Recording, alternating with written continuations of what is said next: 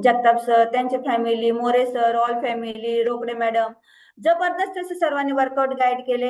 असंच होत नाहीये, प्रॉपर सकस संतुलित आहार घेतलाय त्यावेळेसच ते शक्य आहे. हे लोक बोलतात ते म्हणजे त्यांनी स्वतः अनुभव घेतलाय, अनुमान लावत बसले नाही, अनुभव घेतलाय, त्यावेळेसच माणूस बोलू शकतो. येस.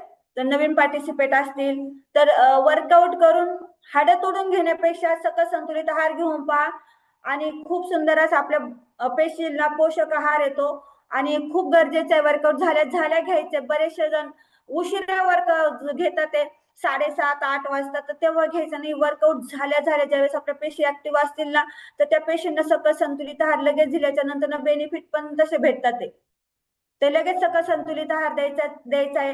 आपल्या कोर्सला नवीन असताल तर रजिस्ट्रेशन करून घ्यायचंय. आपल्या बरेचसे जण आधार कार्ड द्यायला घाबरतात, पण इथं काही तसं फ्रॉड वगैरे काही होत नाहीये. तर आपलं फक्त रजिस्ट्रेशन करायचं असतं. आपलं ईमेल आयडी आणि आधार कार्ड द्यायचंय, रजिस्ट्रेशन करून घ्यायचंय. सकस संतुलित आहार आपण आपल्या नावावरती मागवून घ्यायचाय. येस. सकस संतुलित आहार आपल्या नावावरती मागवून घ्यायचाय.